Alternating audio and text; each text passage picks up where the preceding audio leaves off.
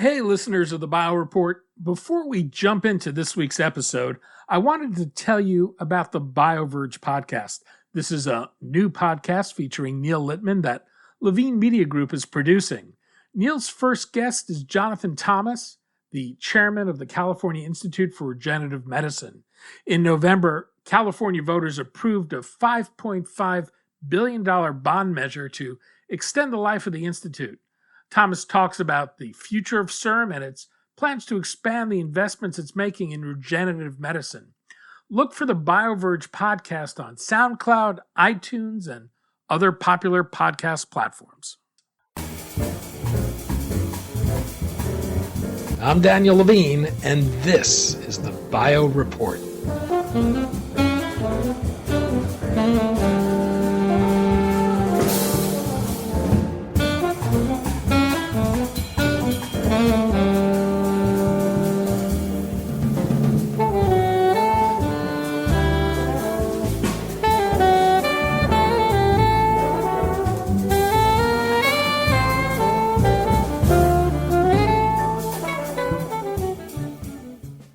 Phosplatin Therapeutics is developing a class of small molecule cancer therapies designed to avoid the problems of drug resistance and toxicity associated with chemotherapies. The company's lead experimental therapy is a first-in-class small molecule that promotes immunogenic cell death, a type of cell death that elicits an immune response. We spoke to Matthew Price, co-founder, executive vice president, and chief operating officer of Phosplatin, about the company's lead therapy, its multiple mechanisms of action, and why it may have benefit in a broad range of cancers.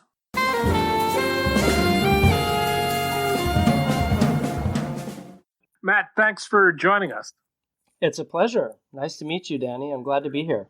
We're going to talk about Phosplatin, its lead therapy, which has multiple mechanisms of action, and how it works to enlist the immune system to kill cancer cells. Let's start with your lead therapeutic, PT112, which is a first-in-class pyrophosphate platinum conjugate. Break that down in simple terms. What is it? Well, thank you. That's a good question. I think maybe I'll just briefly tell you a little bit about the company and how we got to where we are with this molecule, PT112. Phosplatin Therapeutics was founded by myself and our CEO, Robert Fallon, my fellow co-founder, in 2010. And we really built the company around this family of compounds that we in-licensed at the discovery stage, which comprise a family of these first-in-class pyrophosphate platinum conjugates. And we're based in New York, although these days that means something different than it used to. We have a nice small office here in Midtown with our management team. Of course, now we're all working remotely. And we worked our way through preclinical and early clinical development by running collaborations around the world. We've actually had work ongoing in 15 countries since we started. And these are academic collaborations, contract research organizations, clinical sites, but also industry collaborators. We have an existing collaboration with Pfizer and their co-development partner, EMD Serono or Merck Darmstadt, on one of the combination programs that we're running. And we're still a private company in early phase 2 development with PT112. So to your question about PT112, it is a small molecule. And actually, to our knowledge, it's the first anti-cancer agent containing a pyrophosphate. And this has implications on its safety, its pharmacokinetics, its mechanism of action, and even on its targeting or its delivery within the body. And I'm sure we can get into that further as we go. I generally think of conjugated therapies as linking a targeting mechanism to a warhead. I take it the way PT112 works is a bit different. What exactly is conjugated in PT112, and what do each of those components do? It's a great question. I think we certainly are not an antibody drug conjugate. I don't want to give that impression. I think we're thinking of conjugation as a medicinal chemistry term that goes back to certainly before the advent of ADCs in cancer care. Our inventor, the late Rathindra Bose, was actually the first researcher able to successfully link or conjugate a pyrophosphate to a platinum core molecule. And of course, platinum molecules with platinum in their core have been a mainstay of cancer care for some time now. And he was really seeking through his work in medicinal chemistry to find a new paradigm for a platinum-containing agent. And he did so by conjugating pyrophosphate. And what that does is, because the pyrophosphate is so strongly linked, it remains intact for the most part in the body, very differently from many cytotoxic agents and certainly from other platinum-containing agents. Pyrophosphate is also benign in the body and native to healthy cells and cellular respiration. So we're not adding something that's in and of itself toxic. And then you mentioned delivery or targeting mechanism. Actually, in a sense, we believe that the pyrophosphate is doing that in part in ways that we didn't expect when we first began the program. To give you an example, it can take the drug both to soft tissue cancers, on the basis of systemic distribution of the small molecule. But we, in our research, have found that it reaches its highest concentrations in the mineralized bone. And that's something we refer to as osteotropism, or you could call it bone-seeking behavior. And so actually this does lead to a concept of targeting with this drug. And then mechanistically, what has been shown with small molecule medicinal chemistry, not just by us, is that changes in the ligand or the conjugate can really alter the downstream mechanistic impact of a given small molecule. And that certainly is the case with PT112. And we've now been able to show, based on the preclinical models that we've used, that it appears to be the most potent inducer of something we call immunogenic cell death. And that's a property that, really brings it square within the contemporary era that we're living in of cancer immunotherapy. PT112 works to activate the adaptive immune response. What exactly is it doing to accomplish that? This is a key question, and there are a lot of efforts out there in cancer care to solve and to perfect the involvement of the immune system in innately or adaptively attacking a tumor. Cancer is evolutionary, and it tends to find out ways to hide itself from the host immune system and pretend that it's normal. And so it can take a kind of a priming effect to overcome that cloaking.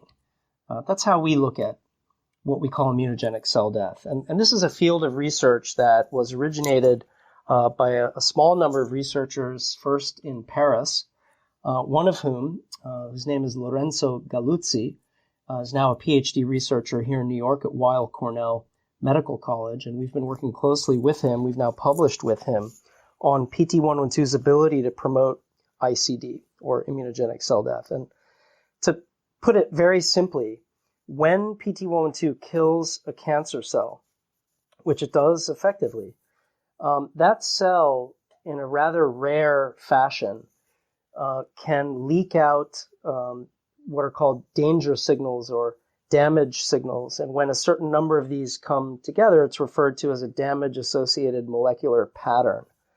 And so these researchers have determined that there's a finite set of these that have to come together. And when they do, they actually bind to dendritic cells, which are like the sentinels, the surveillance of the immune system. And these dendritic cells suddenly realize there's a problem, namely the tumor. And they can then convey this information to T cells, which can become immune effector cells infiltrating the tumor and attacking it as cytotoxic or as helper T cells. So you can think of ICD initiated by PT112 as like a match to light up the immune system within the tumor microenvironment.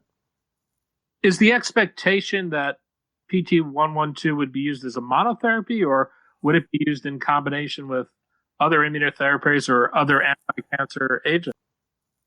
The short answer to that is both. So we've run 2 phase 1s with the monotherapy. One was our first in human in solid tumors, and the other was our first work in hematological oncology with a study run by the Mayo Clinic in multiple myeloma, which we recently reported. And then the third program is a combination program with a PD-L1 immune checkpoint inhibitor, and that's the program we've designed together with Pfizer and Merck Darmstadt. So both the monotherapy and certain combinations, we believe, are going to be carried forward. And with the monotherapy, to your question about immune response, we were able to see something indicative of ICD happening in human patients when we saw 2 patients in particular on our first in human study have bona fide responses to the drug that persisted for quite a long time after treatment stopped. And that is something that's pretty unusual in the context of, call it cytotoxic cancer treatment. Often, tumors will simply either relapse or will regrow when treatment is withdrawn. And so we took that as a very interesting early bit of evidence that has prompted us to look even further in our go-forward clinical efforts at what we call the immune profile of patients being treated with the monotherapy and with the combination.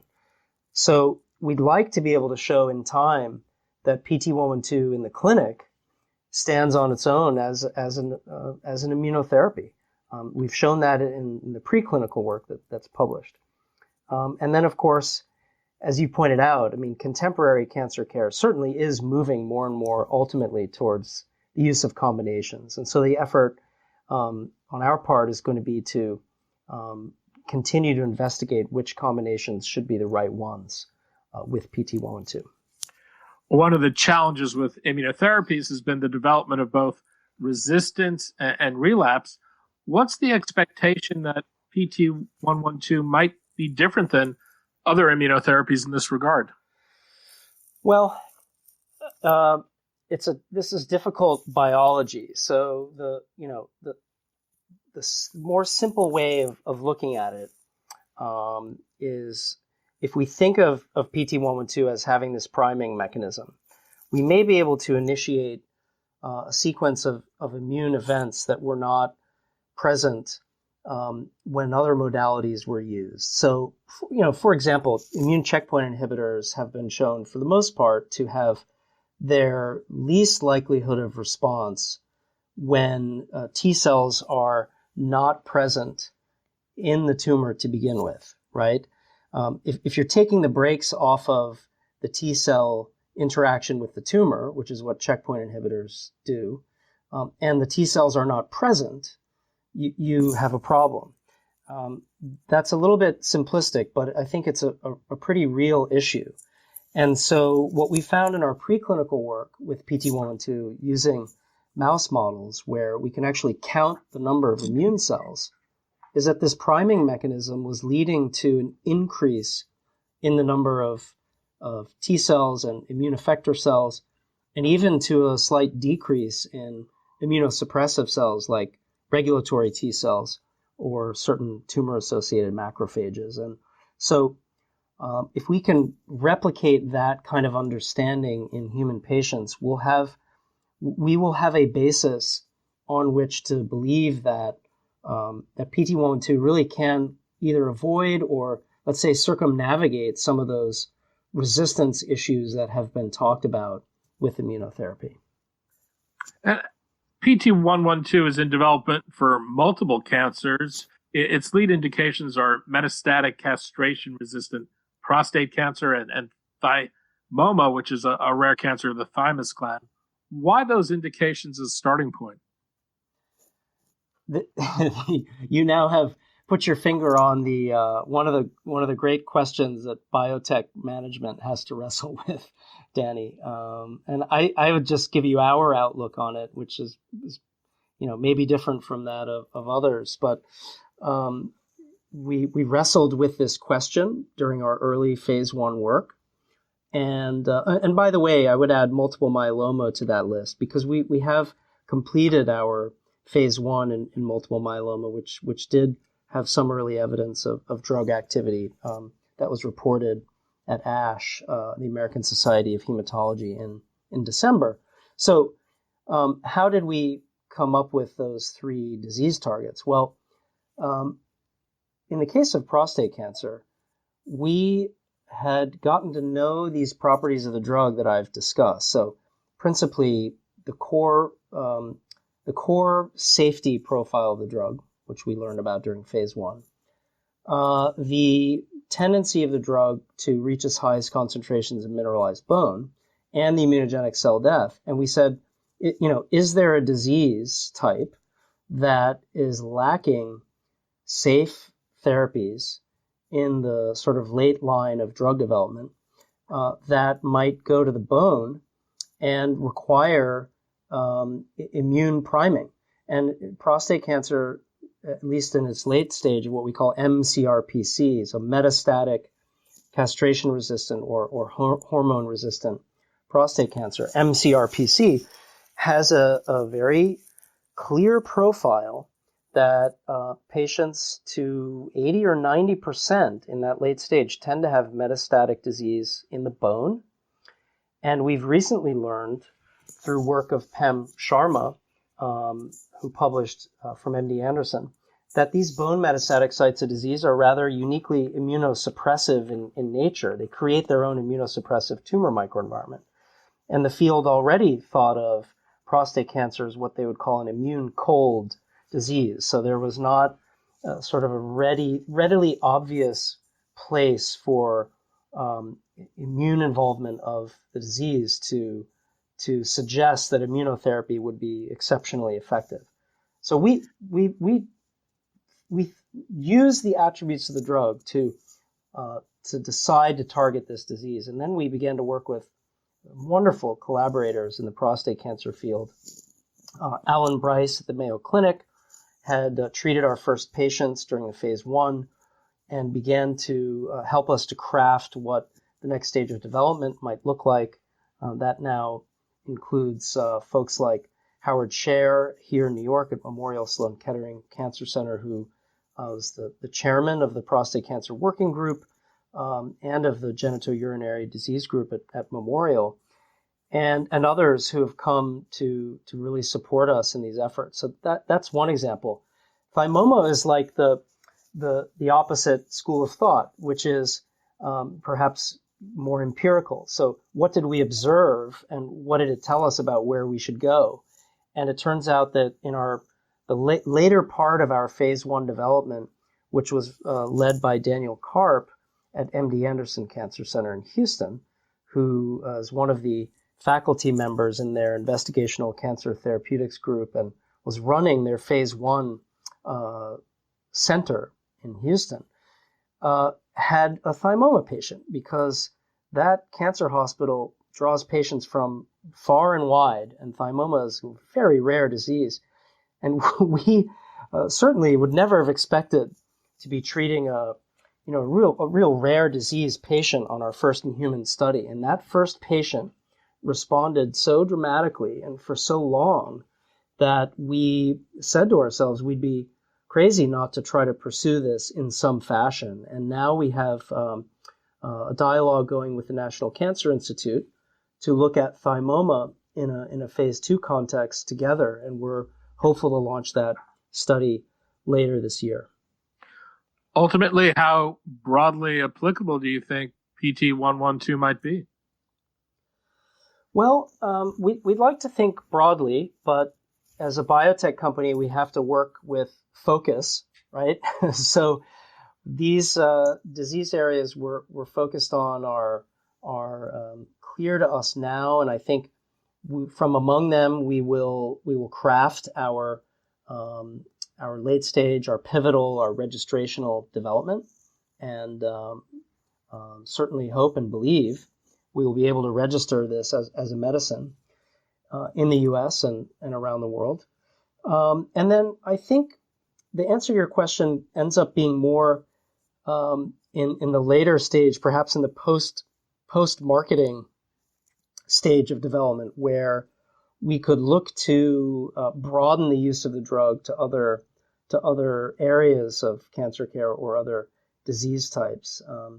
I think that it's a little too premature for me to talk about those, but there are areas where we think opportunities after our initial drug approval should be realistic. Is there some characteristic that makes a particular cancer a good indication for this? I think we start, again, the way we look at things is, there's a bedrock of safety. So we're able to stand on the shoulder of the drug being safe and then survey the landscape. And we have an active phase 2 now in metastatic CRPC, prostate cancer. That study, I believe, is going to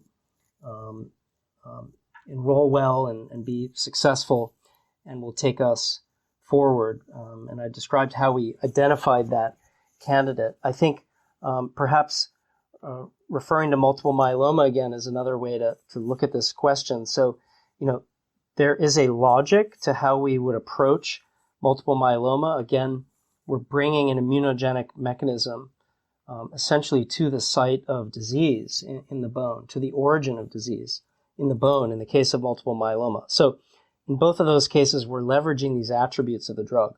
In the case of myeloma, we have to look forward to much more towards combinatorial therapy because that really is the standard of care. There isn't much of a use of single agent therapies in multiple myeloma. And that's like adding another layer to the matrix, right, of how we decide on an indication, because we have to understand what the different combination modalities might look like. And that's something we're working on right now. And what's known about the drug from studies to date? Well, in the phase 1 setting, I have to be careful not to make any claims about the drug, which I'm sure you can appreciate. I can tell you, though, and this has now been reported on all 3 of our phase 1s, we have seen across each of those studies a consistent pattern of safety with PT112, and we have seen early evidence of activity of the drug that we are confident we can attribute to the drug. And to have a drug that appears to be safe and active in a very heavily pretreated phase 1 population is the sort of the first main hurdle that we've cleared as a clinical development company. And those 3 studies, I can just highlight how and where they were reported to date. So the first in human phase 1 in solid tumors was reported at the European Society of Medical Oncology, ESMO. And that study, to our pleasant surprise, was awarded the best poster in its category of developmental therapeutics. And we had something on the order of 50 other phase 1s in that category. And you can imagine they were from all kinds of different biotech and even big pharma companies. So we really were like a David and Goliath at that stage, and quite pleased to receive that honor. The second of the phase 1s to be reported was our combination dose escalation with Pfizer and EMD Serono. That was reported also at ESMO 2020 in an oral presentation this last fall. And then the third of the 3 phase 1s was our multiple myeloma study, reported at ASH, as I mentioned, in December. And we really have been fortunate to work with excellent collaborators, even at the very early stage of development. And that trend we're very thankful is continuing. The company is private. It's raised $18.4 million in August through a private financing. It was unclear to me from the press release who funded the company, but was this participation from venture capital firms, or was this family offices and high net worth individuals? Well, I apologize if it was unclear. It's probably because the private nature of the participants remains confidential at this stage. But I can answer your question more generally. Yes, we raised $18.4 million. I believe that closed on July 31st last summer. That was a private round, taking our total capital raised to date to $56 million. And we have been very fortunate to do that initially through several of us founders at the seed stage, and then, of course, through high net worth individuals, and then more recently, in the last 4 or 5 years, through global family offices, which have become stalwart supporters of ours and have been there to help us scale up to this stage of clinical development. A couple of those groups, particularly from Europe, are recognized tech and biotech investors. So we have gained some wonderful expertise from them, both technically but more so strategically, which has been extremely helpful. And it's our goal this year, probably in the first half of this year, to raise our first institutional capital round with what you would think of as traditional, U.S. institutional venture capital or private equity. And we've begun those kinds of discussions already, and believe we've got a program worth backing. And it has been fortunate for us to be able to operate through into the phase 2 setting with the kind of backing that we have. We've had great support and a great degree of freedom, I think, to learn what we needed to learn about the drug at this stage of development. Now it's really about scaling and executing and getting this medicine to patients, because it really should be a medicine and not just an investigational agent. And how far do you expect existing funding to take you? Always a good question. We're well funded now for what we're doing. I think the plan really is about scaling. We have to add depth. We have to add numbers of patients to the program. We have to choose the right parallel paths to have ongoing, and to deepen those into phase 2. So 2021 will be a year for the company to have an inflection point into deeper scale of institutional capital, and we foresee being able to launch a pivotal study after this phase 2 framework that we're in, and having the drug registered upon the success we believe we can have. Matthew Price, co-founder, executive vice president, and chief operating officer of Phosplatin Therapeutics. Matthew, thanks so much for your time today. Danny, it was a pleasure. I really appreciate it. Thank you.